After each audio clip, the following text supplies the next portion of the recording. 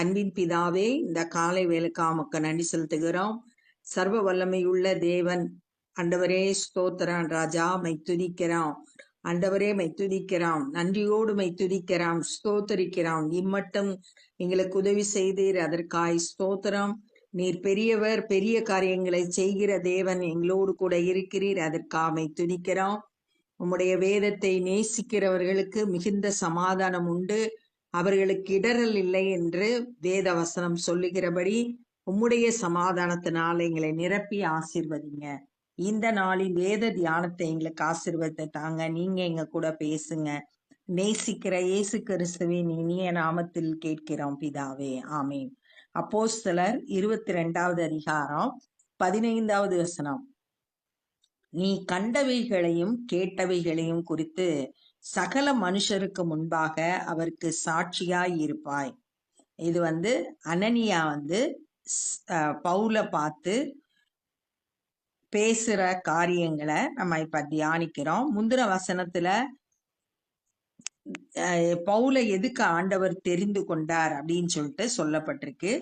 தேவ சித்தத்தை அறியவும், அவரை தரிசிக்கவும், அவருடைய வார்த்தையும் கேட்கும்படியா உன்னை தெரிந்தெடுத்தாருன்னு சொல்லிட்டு, நீ என்ன பாக்குறியோ, என்ன கேக்குறியோ, அதை எல்லா மனுஷருக்கும் அவருக்கு சாட்சியாய் இருப்பாய். இயேசு கிறிஸ்துவுக்கு நீ சாட்சியாய் இருப்பாய் அப்படின்னு சொல்லிட்டு சொல்லப்பட்டிருக்கு.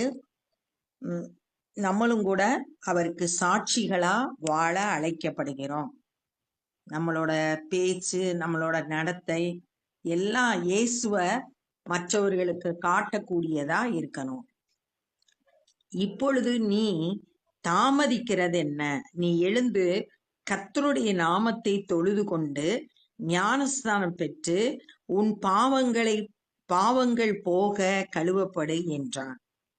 இப்ப அடுத்து என்ன செய்யணும் அப்படின்றத அனனியா மூலம் ஆண்டவர் பவுலுக்கு வெளிப்படுத்தி காட்டுறாரு. முதல்ல கர்த்தருடைய நாமத்தை தொழுது கொண்டு அப்படின்னு சொல்லியிருக்கு. அப்போஸ்தலர் ரோமர் 10:13 சொல்லியிருக்கு, அவருடைய நாமத்தை தொழுது கொள்ளும் போது ரட்சிக்கப்படுகிறோம் அப்படின்னு. அப்ப ரட்சிப்பின் அனுபவத்தை பெற்று அடுத்த ஸ்டெப்பு ஞானஸ்தானம் பெற்று, ஞானஸ்தானன்றது தேவனோடு பண்ணுகிற உடன்படிக்கை. 1 பேதுரு 3:21 சொல்லியிருக்கு. ரோமர் 6:4 ஞானஸ்தானம் எடுக்கும்போது அவரோடு கூட அடக்கம் பண்ணப்படுறோம் அப்படின்னு சொல்லிட்டு சொல்லப்பட்டிருக்கு. அந்த ஞானஸ்தானத்தை எடுத்து உன் பாவங்கள் போக கழுவப்படு. இயேசு கிறிஸ்துவோட இரத்தம் சகல பாவங்களையும் நீக்கி நம்மை சுத்திகரிக்கும். அப்ப ஊழியத்துக்கு போறதுக்கு முன்னாடி அதற்கு ஆயத்தப்படும்படியா பாவங்கள் கழுவப்பட்டு நீ ரெடி ஆகணும்னு சொல்றார். பின்பு நான் எருசலேமுக்கு திரும்பி இதெல்லாம் கேட்ட பிறகு, அனனியா சொல்ற வார்த்தைகளை கேட்ட பிறகு இவர் நேர எருசலேமுக்கு தேவ ஆலயத்திலே ஜெபம் பண்ணி கொண்டு இருக்கையில் ஞான திருஷ்டை அடைந்து அவரை தரிசித்தேன். ரொம்ப அவசியம் ஜெபம். ஜெபம் பண்ணும்போதுதான் தேவன் நமக்கு வழி நடத்துவாரு. இப்ப பவுல் தேவாலயத்துல போய் ஜெபம் பண்ணும்போது ஞான திருஷ்டை அடைந்து அப்படின்னு இருக்கு. இதே மாதிரி பேதுரு ஜெபம் பண்ணும்போது ஞான திருஷ்டை அடைகிறத 10வது அதிகாரம் 10வது வசனத்துல வாசிக்கிறோம். அதே மாதிரி பவுல் ஜெபம் பண்ணிக்கையில் ஞான திருஷ்டை அடைந்து அவரை தரிசித்தேன். இயேசுவ பாக்குறாரு. ஜெபத்துல தரிசனத்துல இயேசுவ பாக்குறார். அவர் என்னை நோக்கி, நீ என்னை குறித்து சொல்லும் சாட்சியை இவர்கள் ஏற்றுக்கொள்ள மாட்டார்கள். இவர்கள்னு சொல்றது எருசலேம்ல இருக்க யூதர்கள். நீ சொல்ற என்னை குறித்து, இயேசு கிறிஸ்துவை குறித்து சொல்லுகிற சாட்சிய இங்க இருக்கிற மக்கள் யூதர்கள் ஏற்றுக்கொள்ள மாட்டார்கள். ஆதலால் நீ தாமதம் பண்ணாமல் சீக்கிரமாய் எருசலேமை விட்டு புறப்பட்டு போ.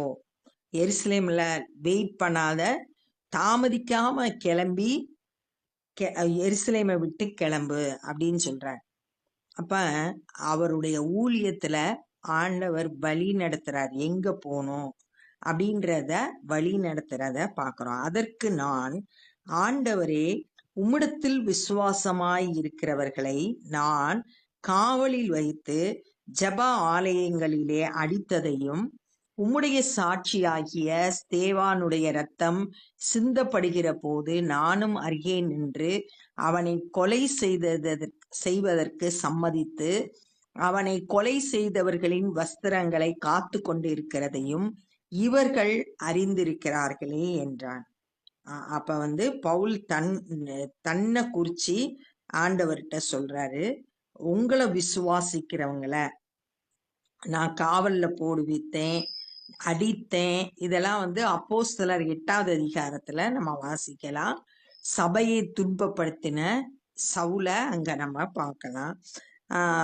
காவல்ல வச்சு சிறைச்சாலையில போட்டு அடிச்சு ஸ்தேவானை கல்லெறிந்து கொன்ன போது, ரத்தம் சிந்தப்படும் போது நான் அருகில நின்னேன். இது அப்போஸ்தலர் 8வது அதிகாரம் 1வது வசனத்துல நம்ம வாசிக்கலாம். அவர் பக்கத்துல இருந்தாரு. அவரோட பாதத்துல சவுலோட காலு கீழே அவங்க அந்த ட்ரெஸ் எல்லாம் வச்சுட்டு போனாங்க அப்படின்றத பார்க்கலாம். அவனை கொலை செய்வதற்கு சம்மதித்து, நானும் சம்மதிச்சேன். அவனை கொலை செய்தவர்களுடைய வஸ்திரத்தை காத்து கொண்டு இருக்கையில் இவர்கள் அறிந்திருக்க, இது எல்லாத்தையும் இவங்கெல்லாம் அறிந்திருக்கிறாங்க. நான் சபையை துன்பப்படுத்தினவன் அப்படின்றது எல்லாருக்கும் தெரியும். அதற்கு அவர், நீ போ, நான் உன்னை தூரமாய் புறஜாதிகளிடத்திலே அனுப்புவேன் என்று சொன்னார் என்றார். அப்ப ஆண்டவர் அவரோடு பேசுறாரு, நீ போ, ஊழியத்துக்கு அனுப்புறாரு.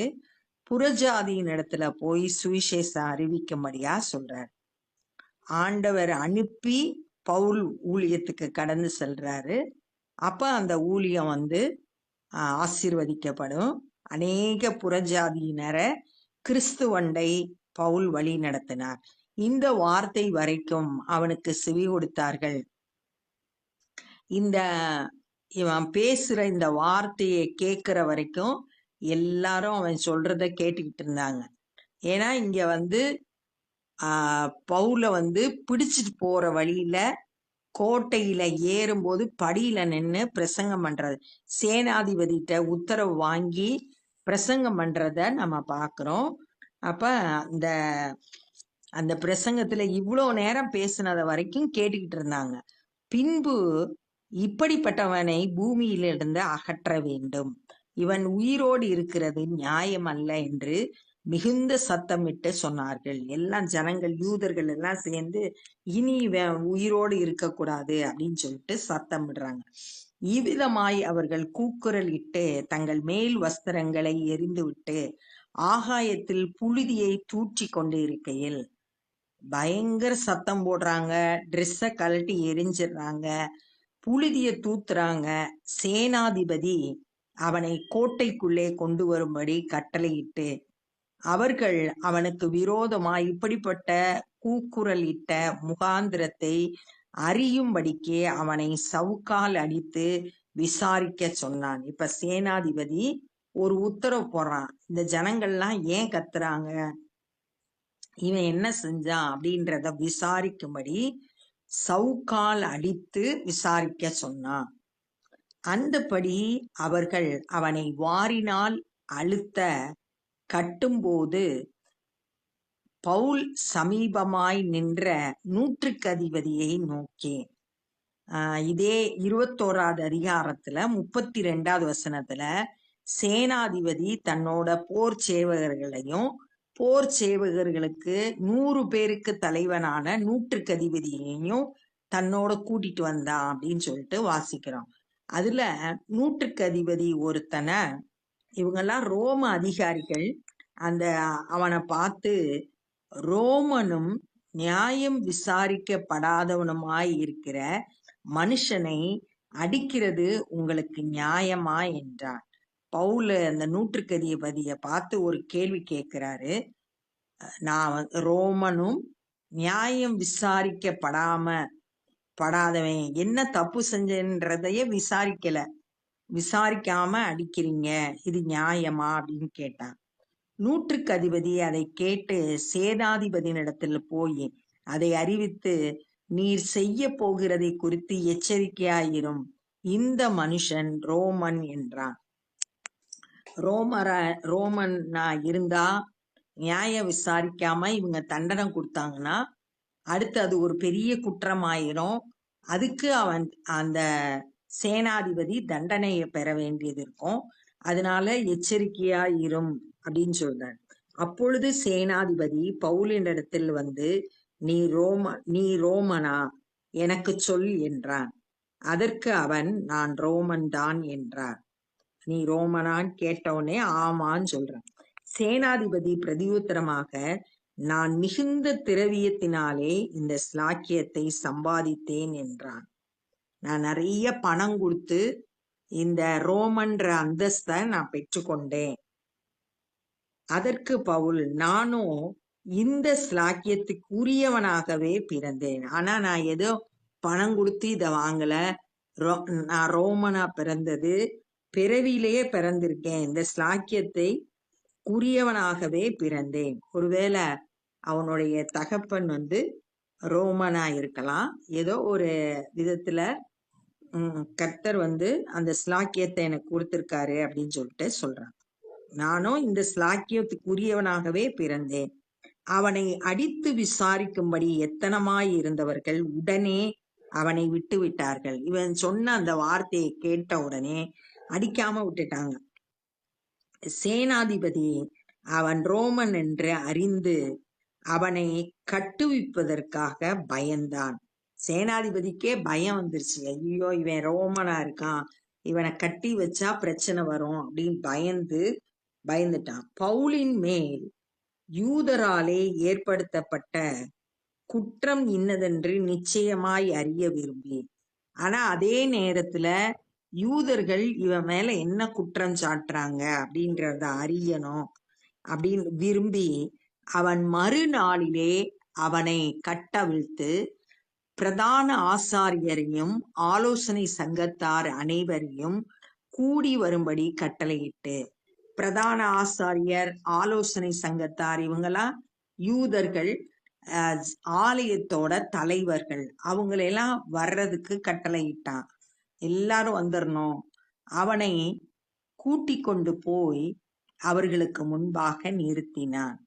இந்த பிரதான ஆசாரியர்கள், இந்த ஆலோசனை சங்கத்தார் அவங்க முன்னாடி பவுலை கொண்டு போய் நிறுத்துகிறான் அப்படின்னு பார்க்கிறோம்.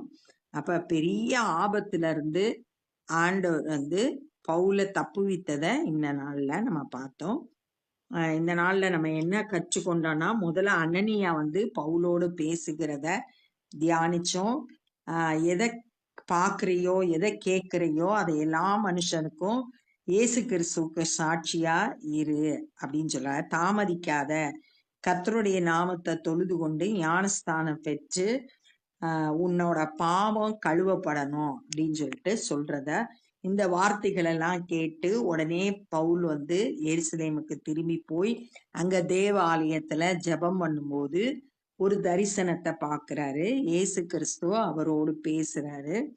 நீ வந்து இங்க எருசலேம்ல இருக்க வேண்டாம், தாமதம் இல்லாம இங்க இருந்து கிளம்பிடு அப்படின்னு சொன்ன உடனே பவுல் கேட்கிறாரு, நான் வந்து விசுவாசிகளை துன்பப்படுத்தினேன். ஸ்தேவான் வந்து கல்லறிந்து கொல்லப்படும் போது நாங்க இருந்தேன். என் பாதத்துலதான் அவங்க அந்த கலட்டின ட்ரெஸ்ஸ வச்சிருந்தாங்க. அதெல்லாம் எல்லாருக்கும் தெரியுமே, நான் எப்படி போய் ஊழியம் செய்யறதுன்னு கேட்கிறாரு. நீ போ, நான் வந்து புறஜாதிகளிடத்துல உன்னை அனுப்புறேன். அப்ப அழைப்பை பெற்று தெளிவா ஆண்டவருடைய வழி நடத்துதலின்படி பவுல் ஊழியம் செய்ததை நம்ம பாக்குறோம். அப்ப அந்த கூட்ட மக்கள் வந்து அதுக்கப்புறம் பவுல் பேசுறத கேட்கல. அவங்க வந்து புளிய தூத்தி தங்களோட மேல் வஸ்திரத்தெல்லாம் கலட்டி போட்டு ஒரே கூக்குரல் இட்டாங்க. உடனே சேனாதிபதி சவுக்கால அடிச்சு பவுலை விசாரிக்கிறதுக்கு கட்டளை இட்டான். ஆனா நூற்றுக்கு அதிபதி கிட்ட பவுல் கேட்கிறாரு, விசாரணை செய்யாம யூதனை நீங்க அடிக்கலாமான்னு கேட்ட உடனே அந்த நூற்றுக்கு அதிபதி போய் சேனாதிபதி கிட்ட சொல்றான், இவன் ரோமனா இருக்கான், அதனால நீ செய்ய போற காரியத்தை குறிச்சு எச்சரிக்கையா இருன்னு சொன்ன உடனே சேனாதிபதி பவுல்கிட்ட கேட்கிறாரு, நீ ரோமனா அப்படின்னு கேட்டோடனே ஆமான்னு பவுல் சொல்றாரு. நான் உடனே அந்த சேனாதிபதி சொல்றான், நான் பணம் கொடுத்து ரோமன்ற அந்தஸ்தை பெற்றுக்கொண்டேன். ஆனா பவுல் சொல்றாரு, நான் பிறக்கும் போதே அந்த ஸ்லாக்கியம் எனக்கு கிடைச்சிச்சு அப்படின்னு சொல்றாரு. உடனே சேனாதிபதி அவனை அடிக்க கூடாது அப்படின்னு சொல்லிட்டாரு. ஆனா அடுத்த நாள் பிரதான ஆசாரியர்களுக்கு முன்பாகவும் ஆலோசனை சங்கத்தார் முன்னாகவும் அவனை கொண்டு போய் நிறுத்தினாங்க. ஏன்னா ஏன் இவங்க அவன் மேல குற்றம் சாட்டுறாங்கன்றத அறிந்து கொள்ளும்படியா விசாரணைக்கு அவங்க பவுலை கொண்டு நிப்பாட்டுறத தியானிச்சோம். இப்ப நம்ம ஜெபம் பண்ண போறோம். அன்பின் பிதாவே, இந்த நாள்ல நாங்க கற்றுக்கொண்ட இந்த வேத பகுதிக்காய் நன்றி செலுத்துகிறோம். ஆண்டவரே, ஜெபம் பண்ணும்போது தேவ சித்தத்தை பவுல் அறிந்து ஊழியத்தை ஆண்டவரே உம்முடைய ஆண்டவரே வழி நடத்தலின்படி செயல்பட்டத நாங்க இந்த நாள்ல தியானித்தோம். நாங்களும் கூட ஒவ்வொரு காரியத்தை குறித்தும் உம்மிடத்துல ஆலோசனை கேட்டு நீங்க என்ன சொல்றீங்களோ அதன்படி செய்ய எங்களை இந்த காலை வேளையில அர்ப்பணிக்கிறோம். பவுலுடைய வாழ்க்கையில ஆபத்தான நேரத்துல நீங்க உதவி செஞ்சீங்க. அது போல ஆண்டவரே, நாங்களும் கூட ஆண்டவரே கஷ்டமான சூழ்நிலைகள்ல உம்மை நோக்கி பார்த்து ஆண்டவரே விடுதலை பெற்றுக்கொள்ள எங்க ஒவ்வொருவருக்கும் கிருபை தாங்க. இந்த நாள்ல சுவிசேஷ பணியை செய்கிற ஒவ்வொருவரையும் கரத்தில் எடுத்து பயன்படுத்துங்க. அநேகர் ஆண்டவரே உம்முடைய அன்பையும் வல்லமையும் அறிந்து ரட்சிக்கப்பட கிருபை செய்யுங்க.